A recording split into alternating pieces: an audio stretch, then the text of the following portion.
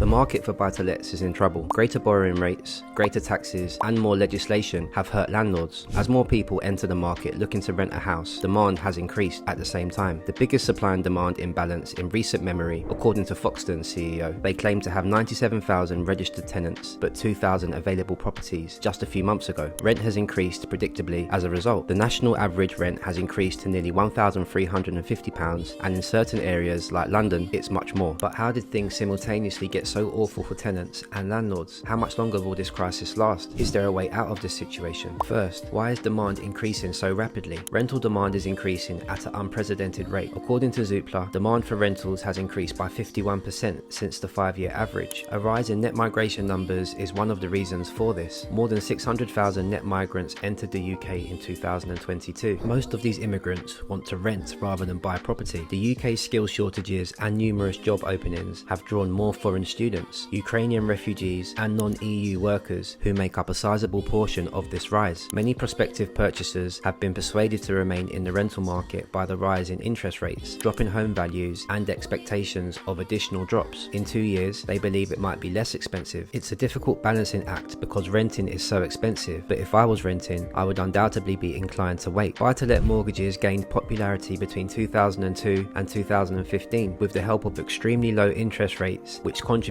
to a considerable expansion in the supply of private rental housing. However, this expansion in the rental housing supply has stopped since 2016. Only little more than 5.4 million dwellings were in the private rental sector in 2021 compared to 2016. The sharp fall in social housing over the past few decades is an additional important issue. A net loss of 1.4 million social housing units in the UK resulted from the sales that were not followed by replacements. Due to this, a lot of low-income households are now renting in the more expensive private sector. How long will this rental crisis last is the question that many people have. Future salary increase will have a significant impact. The recent nominal wage gain of 8% or thereabouts will be a major driver of rent increases. Even though the economy might contract in 2024, this won't significantly change the fundamental supply and demand mismatch in the private leased sector. Over the next 4 years, rent is expected to increase by 25%, which is more than 4 times faster than house prices. Another conundrum is why landlords are selling given the growing rents and the amount tenants are paying for private leased housing. This phenomenon is explained by several factors. Landlords' interest rate expenses, particularly for those with interest-only mortgages, have skyrocketed. Mortgage rates used to be as low as 2%. Today, they are over 5%. Profitability has dramatically decreased in this region of high interest rates, which has resulted in a downturn in new buy-to-let mortgages. In recent years, buy-to-let tax benefits have been gradually eliminated. Fourth, capital gains have been buy-to-let's major benefit in recent years. Between 2009 and 2022, while bank savings rates were historically low, the price of homes increased by 85%. However, this upwards trend in housing prices came to a halt in 2022. In order to profit while home values are still high and avoid the rising cost of borrowing rates, many landlords are already thinking about selling their houses. The Bank of England has warned that there will be greater economic hardship in the future. They predict that by the end of 2025, there will be 40% more buy-to-let mortgages with interest coverage ratios under 125% than there were at the end of 2022. Why aren't there more homes being sold in light of all this negative news for landlords is a valid question to pose. And why do some people still buy property? Is it accurate to say that professional cash buyers are displacing amateur buy-to-let investors? There seems to be a shift away from personal landlords and towards limited businesses for buy-to-let. However, hard statistics on this are still difficult to come by. The build-to-rent business is a shining example of the private rental housing market. Recently, 250,000 units have been constructed, adding additional options for rented housing. This is still a modest portion of a market with more than 5 million people though. The federal government must intervene. Although this has been escalating for years, the private rental crisis has never been a political priority. In actuality, a large number of government programs have benefited home buyers. The best course of action may entail increased government construction of housing, a larger capital stock, and increased housing affordability in the private leased sector. If you're considering purchasing a home soon, on the one hand, future home prices might be lower. On the other hand, renting will cost you a significant amount more. While finding the right balance between renting and owning can be challenging, and while forecasting the direction of the housing market is notoriously tough, it's important to keep in mind that homes are more than simply investments. I sincerely hope you've enjoyed watching this video. If so, don't forget to subscribe, and I'll see you on the next one.